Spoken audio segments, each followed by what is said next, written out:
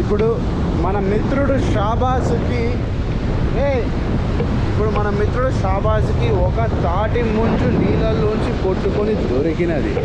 So దాన్ని మనం కడుగుటకు, శుభ్రం చేయుటకు మీరు మంచి సినిమాలో చిరంజీవికి ఆత్మలింగం ఎలా దొరికిందో మన మిత్రుడు షాబాజ్కి సముద్రం దగ్గర ఒక తాటికే దొరికిందండి. మిత్రమా, దీని మీద మీ అభిప్రాయము, మీ సాహసము, దీనికి చేరుకొనుటకు మీకు ఎంత కష్టమైనది? అక్కడెక్కడో లైట్ హౌస్ దగ్గర నుంచి ఇంత దూరం నడుచుకొని వచ్చిన తర్వాత ఇది చిక్కింది.